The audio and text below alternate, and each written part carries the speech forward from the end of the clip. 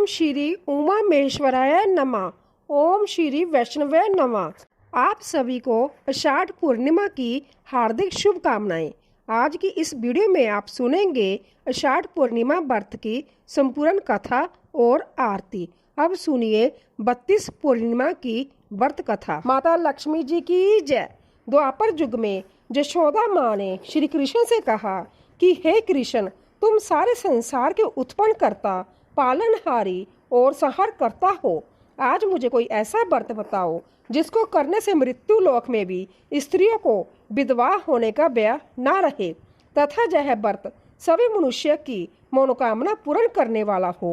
श्री कृष्ण कहने लगे, हे माता, तुमने अति सुंदर प्रश्न किया है। मैं तुम्हें ऐसे एक व्रत के बारे में विस्तार से बताता हूँ। सौभाग्य की प्राप्ति के लिए स्त्रियों को 32 पूर्णिमा व्रत करना चाहिए। इस व्रत को करने से स्त्रियों को सौभाग्य की प्राप्ति होती है। यह व्रत अंततः सौभाग्य देने वाला और भगवान शिव के प्रति भक्ति को बढ़ाने वाला है। यशोदा जी कहने लगी, हे कृष्ण, प्रथम इस व्रत को मृत्यु लोक में किसने किया था? इसके विषय में विस्तार से मुझे बताओ। श्री कृष्ण कहने लगे, इस भूमंडल पर अनेक प्रकार के रत्नों से परिपूर्ण कातिका नाम की एक नगरी थी। वहां चंद्रास नामक राजा राज्य करता था। उसी नगर में दनवेश्वर नाम का एक ब्राह्मण था और उसकी स्त्री अति सुशीला रूपवती थी। दोनों ही उस नगरी में बड़े प्रेम से रहते थे। घर में धन आदि की कोई कमी नहीं थी, परंतु उनको बहुत बड़ा दुख था कि उनकी कोई संतान नहीं है। एक समय एक बड़ा जोगी उस नगरी में आया। वह जोगी उस ब्राह्मण के घर को छोड़कर अन्य सभी घरों से भिक्षा लेकर भोजन किया करता था।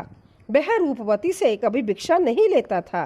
एक दिन वह जोगी रूपवती से भिक्षा न लेकर किसी अन्य घर से भिक्षा लेकर गंगा किनारे जाकर भिक्षुओं को प्रेम पूर्वक ग्रहण करने लगा कि धनेश्वर ने जोगी का यह सब कार्य देख लिया। अपनी भिक्षा के अनादर से दुखी होकर धनेश्वर जोगी से बोला, हे महात्मन, आप सब घरों से भिक्षा लेते हैं, परंतु आप मेरे घर की भिक्षा कभी नहीं लेते। इसका क्या कारण है? जोगी ने कहा, निसंतान के घर की भीख पतितों के अन्न के तुल्य होती है और जो पतितों का अन्न खाता है वह भी पतित हो जाता है। क्योंकि तुम निसंतान हो, इसीलिए पतित हो जाने के भय से मैं तुम्हारे घर की भिक्षा नहीं लेता। धनेश्वर जोगी की यह बात सुनकर बहुत दुखी हुआ और हाथ जोड़कर जोगी के पैरों में गिर गया और कहने लगा, महाराज, यदि ऐसा है तो आप पुत्र प्राप्ति का उपाय बताइए। आप सर्वज्ञानी हैं, मुझ पर कृपा कीजिए।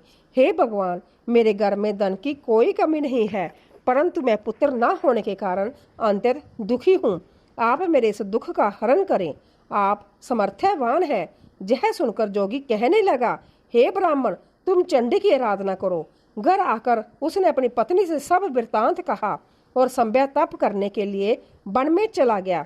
वन में जाकर उसने चंडी की उपासना की और उपवास किए। चंडी ने 16वें दिन उसको स्वप्न में दर्शन दिया और कहा, धनेश्वर, जा, तेरे घर पुत्र होगा, परंतु वह 16 वर्ष की आयु में ही मृत्यु को प्राप्त हो जाएगा। यदि तुम दोनों पति पत्नी 32 पूर्णमासियों का व्रत विधि पूर्वक करोगे तो वह दीर्घ आयु हो जाएगा। जितनी तुम्हारी समर्थ्या हो, आटे के दिए बनाकर शिवजी भगवान का पूजन करना, परंतु पूर्णमासी के व्रत 32 होने चाहिए। प्रातःकाल होने पर इस स्थान के समीप तुम्हें आम का वृक्ष दिखाई देगा। उस पर चढ़कर तुम एक फल तोड़कर शीघ्र ही अपने घर चले आना और अपनी पत्नी से सब वृत्तांत कहना।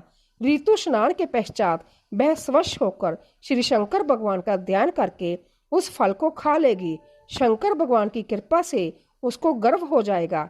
जब वह ब्राह्मण प्रातःकाल उठा तो उसने एक स्थान के पास ही आम का वृक्ष देखा जिस पर एक अत्यंत सुंदर आम का फल लगा हुआ था। उस ब्राह्मण ने उस आम के वृक्ष पर चढ़कर फल को तोड़ने का प्रयत्न किया, परंतु वृक्ष पर कई बार प्रयत्न करने पर भी वह चढ़ नहीं पाया।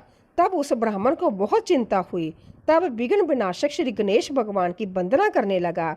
हे दयानिधि, अपने भक्तों के विघ्नों का नाश करके उनके मंगल कार्य को करने वाले, दुष्टों का नाश करने वाले रिद्धि सिद्धि प्रदान करने वाले आप मुझ पर कृपा करके इतना बल दे कि मैं अपने मनोरथ को पूरा कर सकूं।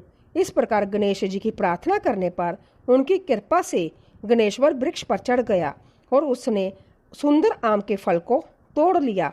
और गणेश्वर ने सोचा कि वरदान से फल मिला था वह यही है और कोई फल तो दिखाई नहीं दे रहा। दिनेश्वर ब्राह्मण ने जल्दी से घर जाकर अपनी पत्नी को वह फल दे दिया और उसकी पत्नी ने अपने पति के कहे अनुसार उस फल को खा लिया और वह गर्भवती हो गई। देवी जी की असीम कृपा से उसे एक अत्यंत सुंदर पुत्र उत्पन्न हुआ जिसका नाम उन्होंने देवीदास रखा। माता पिता की हर्ष और शोक के साथ वह बालक शुक्ल पक्ष के चंद्रमा की भांति अपने पिता के घर में बड़ा होने लगा। माता भवानी की कृपा से वह बालक बहुत ही सुंदर सुशील विद्या पढ़ने में बहुत ही निपुण हो गया। दुर्गा जी की आज्ञा अनुसार उसकी माता ने 32 पूर्णमासी का व्रत रखना आरंभ कर दिया जिससे उसका पुत्र बड़ी आयु वाला हो जाए। 16वें वर्ष लगते ही देवीदास के माता पिता को बड़ी चिंता हो गई कि कहीं उनके पुत्र की इस वर्ष मृत्यु ना हो जाए। इसीलिए उन्होंने अपने मन में विचार किया यदि यह दुर्घटना उनके सामने हो गई तो वह कैसे सहन करेंगे। इसीलिए उन्होंने देवीदास के मामा को बुलाया और कहा हमारी एक बहुत बड़ी इच्छा है कि देवीदास 1 वर्ष तक काशी में जाकर विद्या अध्ययन करे और उसको अकेला भी नहीं छोड़ना चाहिए। इसीलिए साथ में आप चले जाइए और 1 वर्ष के पश्चात इसको वापस ले आना। सब प्रबंध करके उसके माता पिता ने काशी जाने के लिए देवीदास को एक घोड़े पर बिठाकर उसके मामा के साथ भेज दिया। परंतु यह बात उसके मामा जा किसी और से नहीं बताई। दिनेश्वर तथा उसकी पत्नी ने अपने पुत्र की मंगल कामना तथा दीर्घ आयु के लिए भगवती दुर्गा की आराधना और पूर्णमासियों का व्रत करना आरंभ कर दिया। इस प्रकार बराबर 32 पूर्णमासी के व्रत को उन्होंने पूरा किया। कुछ समय पश्चात एक दिन वह मामा और बांजा मार्ग में रात बिताने के लिए किसी गांव में ठहरे हुए थे। उस दिन उस गांव में ब्राह्मण की अत्यंत सुंदर सुशीला और गुणवती कन्या का विवाह हो रहा था। जिस धर्मशाला के अंदर वर और उसकी बारात ठहरी हुई थी उसी धर्मशाला में देवीदास और उसके मामा भी ठहरे हुए थे। संयोगवश कन्या को तेल आदि चढ़ाकर मंडप आदि का कार्य किया गया तो लगन के समय वर को दोनों बार्थ हो गया। इसीलिए वर के पिता ने अपने कुटुंबियों से विमर्श करके निश्चय किया कि यह देवीदास मेरे पुत्र जैसा ही सुंदर है, मैं इसके साथ ही लगन करवा दूं और बाद में विवाह के अन्य कार्य मेरे लड़के के साथ हो जाएंगे। ऐसा सोचकर देवीदास के मामा से जाकर बोला कि तुम थोड़ी देर के लिए अपना भांजा हमें दे दो जिससे विवाह के लगन का सब कार्य सुचारू रूप से हो सके। तब देवीदास का मामा कहने लगा जो कुछ भी वधू पक्ष से कन्यादान के समय वर को मिले वह सब हमें दे दिया जाए तो मेरा भांजा इस बरात का दूल्हा बन जाएगा। यह बात वर के पिता ने स्वीकार कर लेने पर उसने अपना भांजा वर बनने के लिए भेज दिया और उसके साथ सब विवाह कार्य विधि पूर्वक संपन्न हो गए। पत्नी के साथ वह भोजन करने के पश्चात बहुत उदासीन और दुखी हो गया। उसने सब बातें जो वर के पिता और उसके मामा में हुई थी लड़की को बता दी। तब कन्या कहने लगी कि यह ब्रह्मा विवाह के विपरीत कैसे हो सकता है। देव ब्राह्मण और अग्नि के सामने मैंने आपको ही अपना पति माना है, इसीलिए आप ही मेरे पति हैं। मैं आपकी ही पत्नी रहूंगी, अन्य किसी की नहीं। देवीदास ने कहा ऐसा मत करिए क्योंकि मेरी आयु बहुत कम है, मेरे पश्चात आपकी क्या गति होगी, इन बातों को अच्छी तरह विचार कर लो। परंतु वह दृढ़ विचारों वाली लड़की थी। वह बोली जो आपकी गति होगी वही मेरी गति होगी। प्रांतःकाल देवीदास ने अपनी पत्नी को 3 नागों से जड़ी हुई एक अंगूठी दी, एक रुमाल दिया और बोला हे प्रिय, इसे लो और संकेत समझकर स्थिर चित्त हो जाओ। मेरा मरण और जीवन जानने के लिए एक पुष्प वाटिका बना लो, उसमें सुगंधी वाली एक नवमालिका लगाओ और उसको प्रतिदिन जल से सिंचा करो और आनंद के साथ खेलो कूदो और उत्सव मनाओ। जिस समय और जिस दिन मेरा परनाथ होगा जय फूल सूख जाएंगे और जब जय फिर से हरे हो जाए तो समझ लेना मैं जीवित हूँ। जय बात निश्चय करके समझ लेना, इसमें कोई भी संशय नहीं है। इतना कहकर देवीदास वहां से चला गया और प्रांतःकाल होते ही वहां पर गाजे बाजे बजने लगे और जिस समय विवाह कार्य समाप्त करने के लिए वर तथा सब बराती मंडप में आए तो कन्या ने वर को भली प्रकार से देखकर अपने पिता से कहा, जे मेरा पति नहीं है, मेरा पति वही है जिसके साथ रात्रि में मेरा पानी ग्रहण हुआ था, इसके साथ मेरा विवाह नहीं हुआ है। यदि यह वही पुरुष है तो बताइए कि मैंने इसको क्या दिया। वधु पक्ष और कन्या पक्ष कन्यादान के समय जो आभूषण आदि दिए गए थे वो दिखाए तथा रात में क्या गुप्त बातें मैंने इनसे कही वह सब सुनाइए। पिता ने उसके कहे अनुसार वर को बुलाया। कन्या की यह सब बातें सुनकर वह कहने लगा, मैं नहीं जानता। इसके पश्चात लज्जित होकर वह वहां से चला गया और सारी बारात भी अपमानित होकर वहां से लौट गई। भगवान श्री कृष्ण बोले, हे माता, इस प्रकार देवीदास काशी विद्या सीखने के लिए वहां से चले गए और जब कुछ समय बीत गया तो काल से प्रेरित होकर एक सर्प रात्रि के समय उसको डसने के लिए वहां पर आया। उस विषधर के प्रभाव से उसके शयन का स्थान चारों ओर से विष की ज्वाला से विषैला हो गया, परंतु व्रत के प्रभाव से उसको काट नहीं पाया, क्योंकि पहले ही उसकी माता ने 32 पूर्णमासी का व्रत रखा था। इसके बाद मध्याह्न के समय संध्या काल वहां आया और उसके शरीर से प्राणों को निकालने का प्रयत्न करने लगा, जिससे वह मूर्छित होकर पृथ्वी पर गिर गया। उसी समय माता पार्वती के साथ भगवान शंकर वहां आ गए। उसको मूर्छित दशा में देखकर माता पार्वती जी ने शंकर जी से प्रार्थना की, हे महाराज, इस बालक की माता ने पहले ही 32 पूर्णिमा का व्रत पूरा किया था, जिसके प्रभाव से आप इसको प्राण दान दें। माँ भवानी के कहने पर भक्त वत्सल भगवान शिव जी ने उसको प्राण दान दे दिया। इस व्रत के प्रभाव से काल को भी पीछे हटना पड़ा और देवीदास स्वस्थ होकर बैठ गया। उधर उसकी पत्नी उसके काल की परीक्षा किया करती थी। जब उसने देखा उस पुष्प वाटिका में पुष्प कुछ भी नहीं रहे तो उसको अत्यंत आश्चर्य हुआ, लेकिन जब वह जैसे ही हरी भरी हो गई तो वह जान गई कि अब उसका पति ठीक ठाक है, वह जीवित हो गया है। यह देखकर वह बहुत प्रसन्न हो उठी। अपने पिता से कहने लगी, पिताजी, मेरे पति जीवित है, आप उनको ढूंढिए। जब 16वें वर्ष व्यतीत हो गया तो देवीदास भी अपने मामा के साथ काशी से चल गया। इधर उसके ससुर उसको ढूंढने के लिए अपने घर से जाने ही वाले थे कि वह दोनों मामा भांजा वहां पर आ गए। उनको आया हुआ देखकर उनके ससुर को बड़ी प्रसन्नता हुई और वह उन्हें अपने घर ले गए। उस समय नगर के निवासी भी वहां इकट्ठे हो गए और सबने निश्चय किया कि अवश्य ही इसी बालक के साथ कन्या का विवाह हुआ था। उस बालक को कन्या ने जब देखा तो पहचान लिया कि जय तो वही है जो संकेत करके गया था। कुछ दिन बाद देवीदास ने अपनी पत्नी और मामा के साथ अपने ससुर के घर से बहुत सारे उपहार लेकर अपने माता पिता के घर गए और अपने गांव के निकट पहुंचने पर कई लोग उठकर उसके माता पिता को पहले ही खबर देने चले गए कि तुम्हारा पुत्र देवीदास अपनी पत्नी और मामा सहित आ रहा है।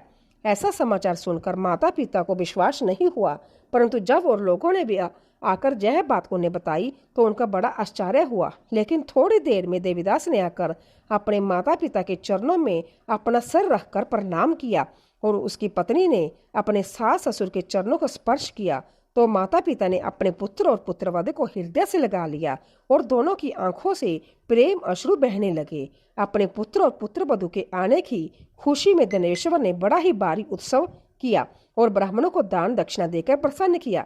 श्री कृष्ण भगवान कहने लगे, इस प्रकार धनेश्वर 32 पूर्णमासियों के व्रत के प्रभाव से पुत्रवान हो गया। जो भी स्त्रियां 32 पूर्णमासी के व्रत को करती है वह जन्म जन्मांतर में वैधव्या का दुख नहीं भोगती और सदैव सौभाग्यशाली रहती है। व्रत करने वाला चाहे स्त्री हो या पुरुष, भगवान शंकर की कृपा से संसार के सकल आनंद भोगकर अंत में अवगमन रहित होकर शिवलोक को प्राप्त होता है। प्रेम से बोलिए श्री लक्ष्मी नारायण भगवान की जय, उमा महेश्वर भगवान की जय। अब सुनिए पूर्णिमा व्रत की दूसरी कथा। पुरानी कथा के अनुसार एक बार की बात है, किसी नगर में एक सेठ और सेठानी रहते थे। सेठानी प्रतिदिन श्री हरि भगवान विष्णु की पूरी श्रद्धा से पूजा अर्चना किया करती थी, लेकिन उसका पूजा करना उसके पति जाने सेठ को बिल्कुल भी पसंद नहीं था। इसी कारण सेठ ने एक दिन अपनी पत्नी को घर से निकाल दिया। घर से निकाले जाने के बाद सेठानी जंगल की तरफ निकल पड़ी।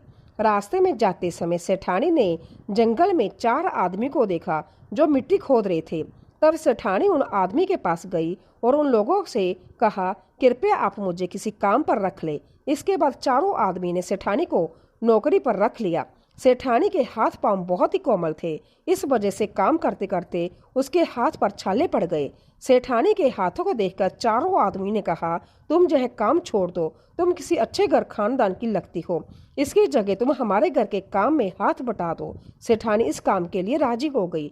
फिर वह चारों आदमी सेठानी को अपने घर ले गए। वहां चारों आदमी हर दिन 4 मुट्ठी चावल लाते थे और आपस में बांटकर उसे खा लेते थे। यह देखकर सेठानी को बहुत बुरा लगा। अगले दिन सेठानी ने चारों से कहा, सुनो भाई, तुम लोग कल से 4 मुट्ठी की जगह 8 मुट्ठी चावल लेकर आना। सेठानी के कहे अनुसार चारों आदमी अगले दिन 8 मुट्ठी चावल लेकर आए। उस चावल को सेठानी ने पकाकर सबसे पहले भगवान विष्णु को भोग लगाया और फिर चारों आदमियों को परोसा। जब चारों आदमी ने उस भोग लगाए भोजन को खाया तो उन लोगों को बहुत स्वादिष्ट लगा। उन्होंने सेठानी से कहा, बहन, आज जो तुमने खाना बनाया वह बेहद स्वादिष्ट था। इस पर सेठानी ने कहा, यह भोजन भगवान विष्णु का जूठा है, इसी वजह से आप लोगों को यह बहुत स्वादिष्ट लग रहा है। उधर सेठानी के जाने के बाद से सेठ भूखा रहने लगा। आस पड़ोस के लोग उसे देखकर ताने भी मारते थे कि यह आदमी सिर्फ अपनी पत्नी की वजह से ही भोजन किया करता था। ऐसा बार बार सुनने के बाद सेठ एक दिन अपनी पत्नी की तलाश में जंगल की तरफ निकल पड़ा। रास्ते में सेठ को मिट्टी खोदते हुए वही 4 आदमी दिखाई दिए। उसे देखकर सेठ ने कहा, सुनो भाई, क्या तुम मुझे काम पर रख सकते हो? तब चारों आदमी ने उसे काम पर रख लिया, किंतु मिट्टी खोदने से सेठ के हाथों में भी छाले पड़ने लगे, जहां तक कि उनके बाल भी उड़ गए। जहां देखकर चारों आदमी को सेठ पर दया आ गई और उसने कहा, सुनो भाई, तुम इस काम को छोड़ दो, तुम किसी अच्छे घर के लगते हो, तुम हमारे घर चलो, वहां कुछ काम में हाथ बटा लेना। सेठ ने उन चारों की बात मान ली और वह उनके साथ उनके घर चले गए।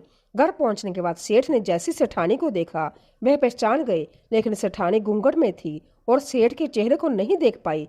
इसी वजह से वह अपने पति को नहीं पहचान पाई। हर दिन की तरह इस दिन भी सेठानी ने भोजन बनाकर विष्णु भगवान को बोल गाया और सभी को खाना परोसने लगी। जैसे सेठानी सेठ को भोजन देने लगी तब संभव भगवान विष्णु ने सेठानी का हाथ पकड़ लिया और कहा, यह तुम क्या कर रही हो? जय सुनकर सेठानी ने कहा, मैं कुछ नहीं कर रही हूँ, मैं तो बस भोजन दे रही हूँ। भगवान विष्णु ने मेरा हाथ पकड़ लिया है। तब सेठानी से चारों आदमी ने कहा, हमें भी भगवान विष्णु के दर्शन कराओ। इसके बाद सेठानी हाथ जोड़कर भगवान विष्णु से अनुरोध करने लगी, हे प्रभु, आप मेरी तरह इन्हें भी दर्शन दे। तब भगवान विष्णु वहां प्रकट हो गए। इस दृश्य को देखते सेठ ने सेठानी से क्षमा मांगी और उसे अपने घर साथ चलने को कहा। फिर चारों भाइयों ने बहुत सारा दान देकर अपनी बहन को विदा किया। इस घटना के बाद सेठ भी भगवान विष्णु के भक्त बन गए और उनकी श्रद्धा पूर्वक पूजा करने लगे। ऐसा करने से सेठ सेठानी के घर फिर से धन की वर्षा होने लगी। मान्यता है कि पूर्णिमा का व्रत रखकर इस कथा को सुनने से भगवान श्री विष्णु जी की कृपा से सभी के गर्दन धान्य से भर जाते हैं और सभी के दुख दूर होते हैं। प्रेम से बोलिए भगवान श्री विष्णु जी की जय। अब सुनिए विष्णु भगवान की आरती। ओम जय जगदीश हरे, स्वामी जय जगदीश हरे। भक्त जनों के संकट, दास जनों के संकट क्षण में दूर करे।